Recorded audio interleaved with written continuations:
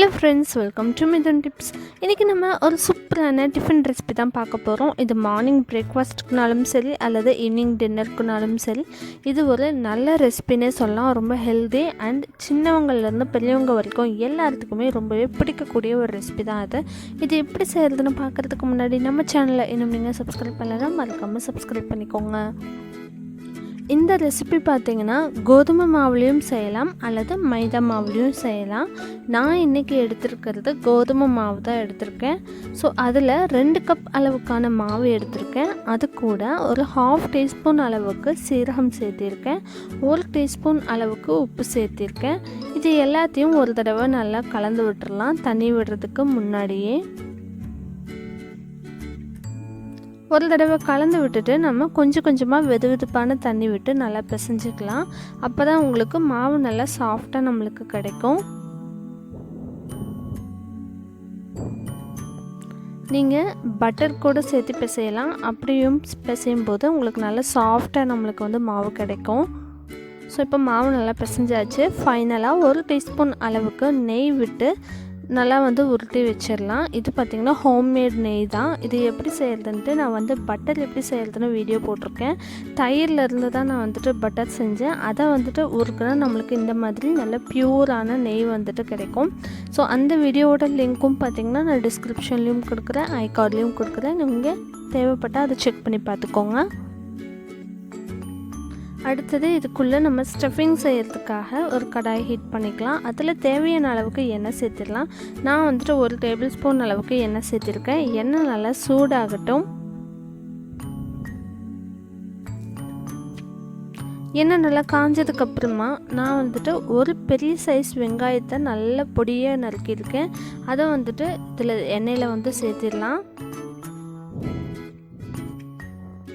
இது கூடவே பார்த்திங்கன்னா 3 பச்சை மிளகாய் நல்லா பொடியாக நறுக்கி இது கூட சேர்த்திருக்கேன். காரத்துக்கு நம்ம மிளகாய்த்தூளும் சேர்த்திக்க தான் போகிறோம். பட் ஸ்டில் பச்சை மிளகாய் ஒரு ஃப்ளேவர் நல்லாயிருக்கும், அதுக்காக நான் சேர்த்திருக்கேன். இப்போ இந்த வெங்காயம் பார்த்திங்கன்னா கொஞ்சம் கலர் சேஞ்ச் ஆகணும், அது வரைக்கும் நல்லா வதக்கி விட்டுக்கலாம். இப்போ பார்த்திங்கன்னா கலர் சேஞ்ச் ஆகிடுச்சு. இந்த ஸ்டேஜில் நம்ம துருவின கேரட், அதுக்கப்புறம் பீன்ஸ் பொடியாக நறுக்குனது, துருவின கேபேஜ், இது 3ஐயும் சேர்த்திடலாம். ஒரு பெரிய கேரட் எடுத்திருக்கேன், 5-6 பீன்ஸ் எடுத்திருக்கேன், ஒரு சின்ன சைஸ் கேபேஜ் கட் பண்ணி எடுத்து அதை துருவி இதில் ஆட் பண்ணியிருக்கேன். இப்போ இது 3ஐயும் பார்த்திங்கன்னா நம்ம தண்ணி எதுவும் சேர்த்து வேக வைக்க போகிறது கிடையாது. நம்ம ஆட் பண்ணியிருக்க அந்த 1 டேபிள் ஸ்பூன் எண்ணெயிலேயே தான் நல்லா ஃப்ரை பண்ணி விட்டுக்க போகிறோம். அதுக்கப்புறமா நம்ம மூடி வச்சு குக் பண்ணுறதுனால இது நல்லா வெந்துடும். இப்போ இதை நல்லா ஒரு தடவை கிளறி விட்டுக்கலாம். பீன்ஸ் நல்லா பொடியாக நறுக்கிக்கோங்க, அப்போ தான் வேகிறதுக்கு ஈஸியாக இருக்கும். இப்போது இது இன்னுமே சீக்கிரமாக குக் ஆகணுங்கிறதுக்காக 1 டீஸ்பூன் அளவுக்கு உப்பு சேர்த்திருக்கேன். இப்போ இதை எல்லாத்தையும் நல்லா கிளறி விட்டுக்கலாம். இதுவும் பார்த்திங்கன்னா லைட்டாக பச்சை வாசனை போகிற வரைக்கும் நல்லா வதக்கி விட்டுட்டு அது கூட ஒரு பெரிய சைஸ் தக்காளி நல்லா பொடியாக நறுக்கி இது கூட சேர்த்திருக்கேன். சின்ன தக்காளியாக இருந்தால் 2 சேர்த்திக்கோங்க.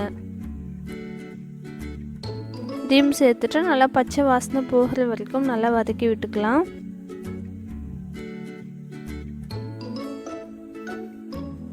இது கூட வெஜிடபிள்ஸ் பார்த்திங்கன்னா உங்ககிட்ட காலிஃப்ளவர் இருந்தாலும் சரி, பட்டாணி இருந்தாலும் சரி, இது கூட நம்ம ஆட் பண்ணிக்கலாம். இன்னுமே டேஸ்ட் நல்லாயிருக்கும், ரொம்ப ஹெல்த்தியும் கூட. இப்போது இது கூட நம்ம 1/4 டீஸ்பூன் அளவுக்கு மஞ்சள் தூள் சேர்த்திடலாம். இது கூட காரத்துக்கு மிளகாய் தூளும் சேர்த்திக்கலாம். நான் ஒரு 1/2 டீஸ்பூன் அளவுக்கு மட்டும் சேர்த்திருக்கேன். நீங்கள் காரத்துக்கு தகுந்த மாதிரி சேர்த்திக்கோங்க. சேர்த்துட்டு நல்லா கிளறி விட்டுக்கலாம்.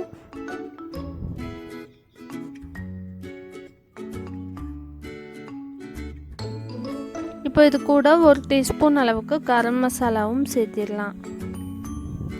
சேர்த்துட்டு ஒரு தடவை நல்லா கிளறி விட்டுட்டு இதை நம்ம மூடி போட்டு மீடியம் ஃப்ளேமில் வச்சு மூடி வச்சிடலாம். அப்படி வைக்கும்போது உங்களுக்கு நல்லா பச்சை வாசனையும் போயிடும்.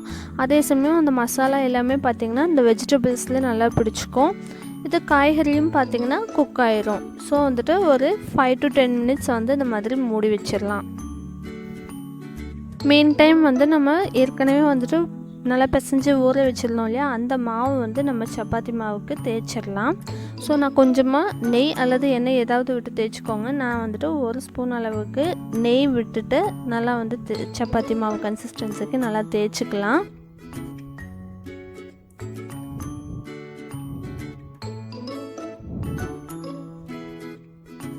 நல்லா ஷேப் வந்துட்டு ரவுண்டாக வந்தால் தான் நல்லாயிருக்கும். ஸோ அதுக்காக நான் வந்து ஒரு டிஃபன் பாக்ஸ் மூடி வச்சு இந்த மாதிரி கட் பண்ணி எடுத்துக்கிறேன்.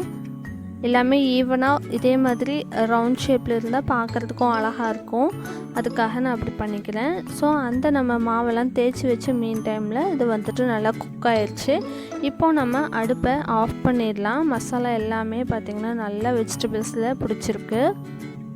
ஸோ அவ்வளோதான், நம்மளுக்கு ஸ்டஃபிங் வந்துட்டு ரெடி ஆகிடுச்சு. அடுத்தது நம்ம தேய்ச்சி வச்ச சப்பாத்தி எல்லாமே நம்ம வந்து சுட்டு எடுத்துடலாம்.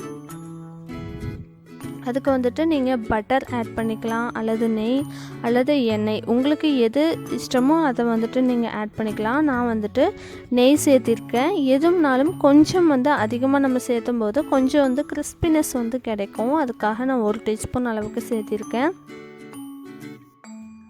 இப்போது இந்த சப்பாத்தி பார்த்திங்கன்னா நல்லா வந்து ப்ரௌனிஷ் ஆகணுங்கிறது கிடையாது, ஓரளவுக்கு குக் ஆச்சுன்னா போதும். நம்ம வந்துட்டு இதை மறுபடியும் வந்து ஃபில்லிங்ஸ் வச்சுட்டு நம்ம குக் பண்ணுவோம். ஸோ வந்துட்டு ஓரளவுக்கு ஒரு 3/4 பதம் அளவுக்கு வந்துட்டு இது குக் ஆச்சுன்னா போதும்.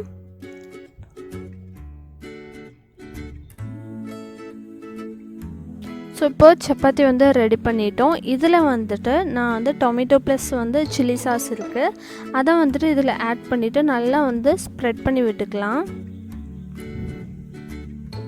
அதுக்கப்புறமா நம்ம நல்லா வதக்கி வச்சுருக்கிற அந்த வெஜிடபிள் ஸ்டஃபிங் வந்துட்டு இதில் வச்சிடலாம். இது கூட கொஞ்சமாக வந்து மல்லித்தலையும் மேலே தூவி விட்டுக்கலாம். தூவிட்டு அப்படியே லைட்டாக மடித்து விட்டுக்கோங்க.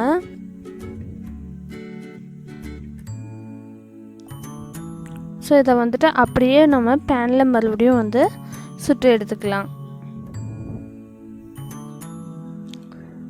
இப்போது இது மேலேயும் பார்த்திங்கன்னா கொஞ்சமாக நெய் வந்துட்டு தடவிக்கலாம். அப்போ தான் உங்களுக்கு நல்லா வந்து கிறிஸ்பினஸ் கிடைக்கும். இப்போது நம்ம மறுபடியும் பேன் ஹீட் பண்ணிவிட்டு அதில் இதை வந்துட்டு 2 பக்கமும் நல்லா வந்து டோஸ்ட் பண்ணி எடுத்துக்கலாம்.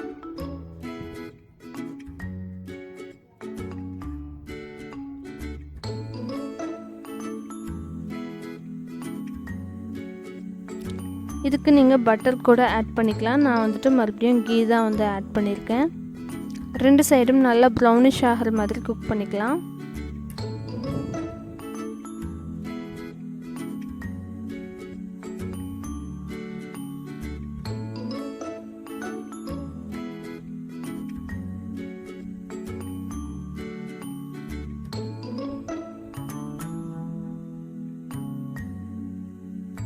ஸோ இந்த அளவுக்கு நல்லா ப்ரௌனிஷ் ஆகணும். அப்போ தான் நம்மளுக்கு நல்லா கிறிஸ்பியாக வந்து கிடைக்கும். ஸோ அவ்வளோதான், ரொம்ப சிம்பிளான ஒரு பிரேக்ஃபாஸ்ட் ரெசிபி வந்துட்டு ரெடி ஆயிடுச்சு. இது பார்த்திங்கன்னா அவுட்டர் லேயர் வந்துட்டு நல்லா கிறிஸ்பியாக இருக்கும். உள்ளே இருக்க வெஜிடபிள்ஸ் பார்த்திங்கன்னா ரொம்பவே நல்லா ஸ்பைஸியாக நல்லா டேஸ்டியாகவும் இருக்கும். நீங்கள் உங்கள்கிட்ட சீஸ் இருந்ததுன்னா கூட நீங்கள் இன்னுமே அடிஷ்னலாக ஆட் பண்ணும்போது இன்னும் நல்ல ஒரு டேஸ்ட் கொடுக்கும். நல்லா குழந்தைகள்லேருந்து பெரியவங்க வரைக்கும் எல்லாருமே விரும்பி சாப்பிட்ற ஒரு சுவையில் தான் இது இருக்கும். நீங்களும் ட்ரை பண்ணி பார்த்துட்டு இது எப்படி வந்துச்சுன்னு சொல்லி கீழே கமெண்ட் பண்ணுங்கள். மறக்காமல் நம்ம சேனலை சப்ஸ்கிரைப் பண்ணிக்கோங்க. தேங்க்ஸ் ஃபார் வாட்சிங்.